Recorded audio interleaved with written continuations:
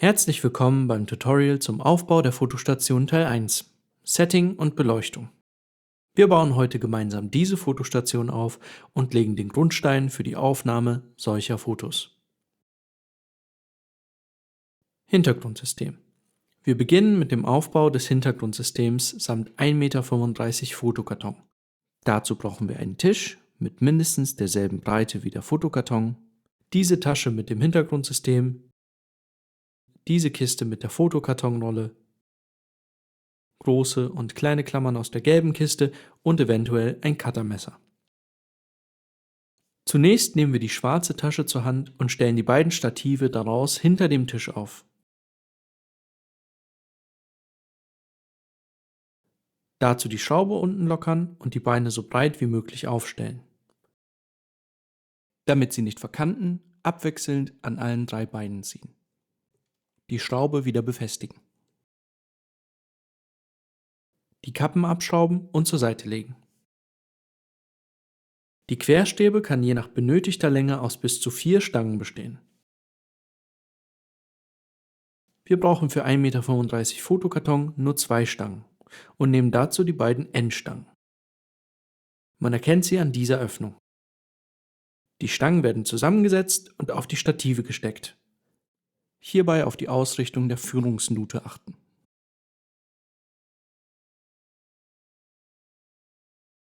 Nun eine Seite mit der Kappe sichern.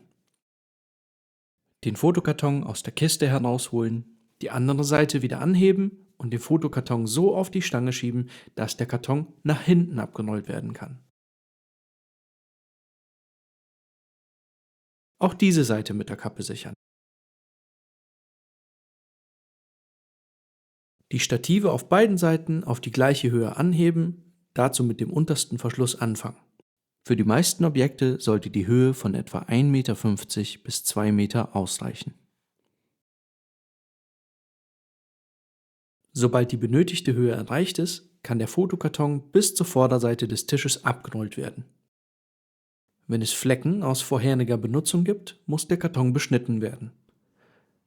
Dazu die Rolle abrollen, bis das saubere Papier auf der richtigen Höhe liegt und mit Hilfe der Tischkante als Anschlag und dem Cuttermesser den fleckigen Teil wegschneiden.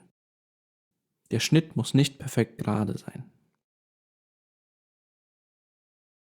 Damit der Hintergrund beim Fotografieren eine gleichmäßige Farbe bekommt, hängen wir den Fotokarton in Form einer Hohlkehle auf. Der abgerollte Fotokarton wird an der vorderen Tischkante mit 2 großen Klammern befestigt und dann so wieder aufgerollt, dass die Hohlkehle entsteht.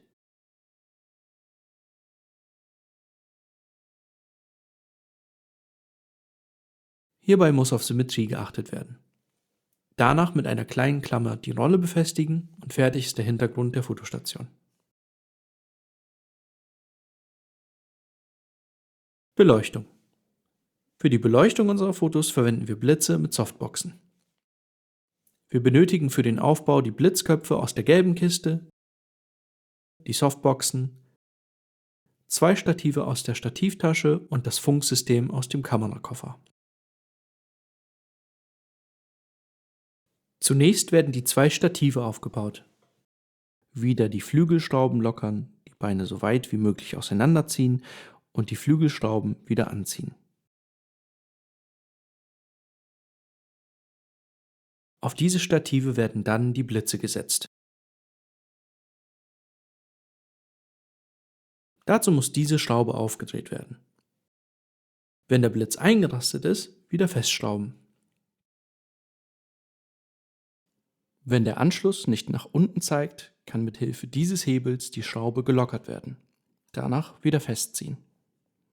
Sollte der Hebel am Blitzkopf anschlagen und nicht mehr weiter drehbar sein, kann der Hebel herausgezogen und neu ausgerichtet werden. Das Netzkabel in die Blitze stecken, Achtung, die Kabel noch nicht mit dem Strom verbinden.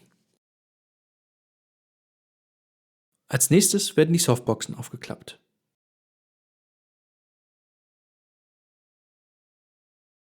Dazu müssen immer die gegenüberliegenden Stangen nacheinander arretiert werden.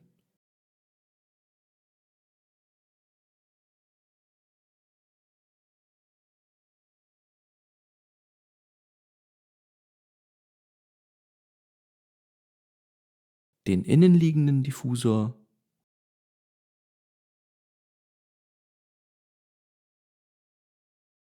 und danach den außenliegenden Diffusor befestigen.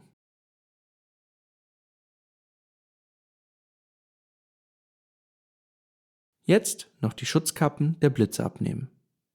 Dazu diesen Hebel nach hinten ziehen und die Kappen gegen den Uhrzeigersinn drehen. Die fertig aufgebauten Softboxen müssen nun auf die Blitze gesteckt werden. Die Softboxen sollten einrasten, zu erkennen an der Bewegung des kleinen Hebels, und nun nicht mehr herausfallen. Bitte mit Vorsicht, da die Leuchtmittel hierbei beschädigt werden könnten.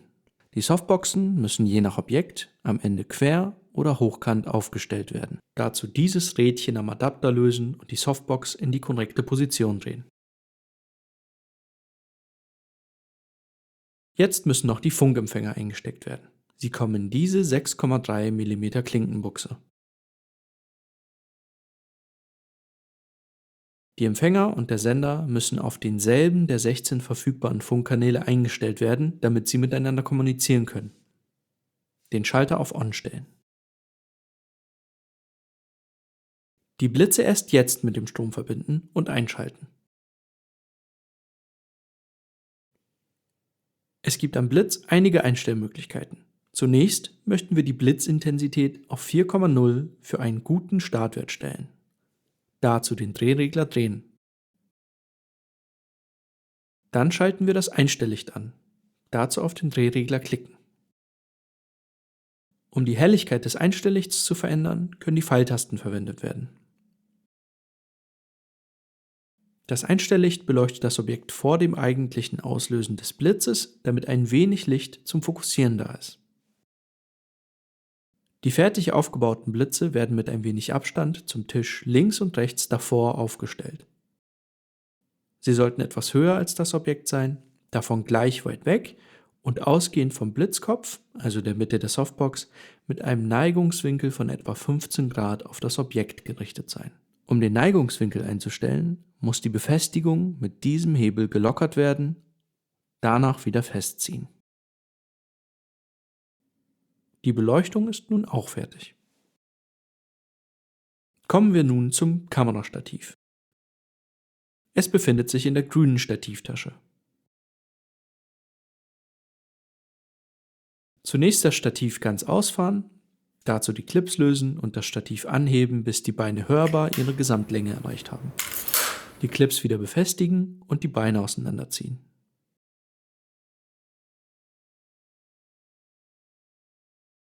Die Luftblase der Wasserwaage sollte mittig liegen. Wenn nicht, noch einmal die Beine überprüfen.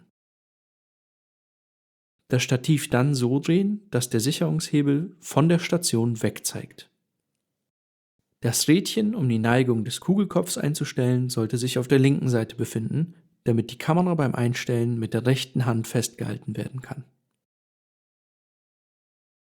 Laptop-Stativ. Als nächstes das Laptop-Stativ aufbauen.